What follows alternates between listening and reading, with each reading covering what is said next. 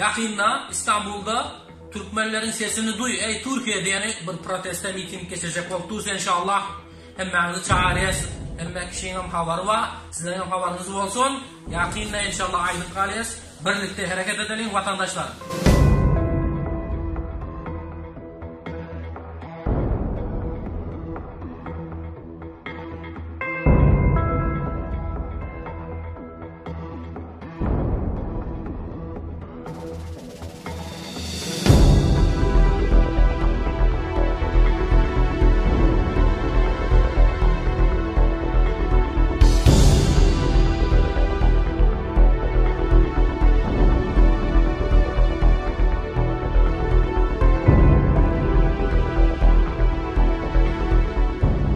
Yine şov bir oyunlar oynayın.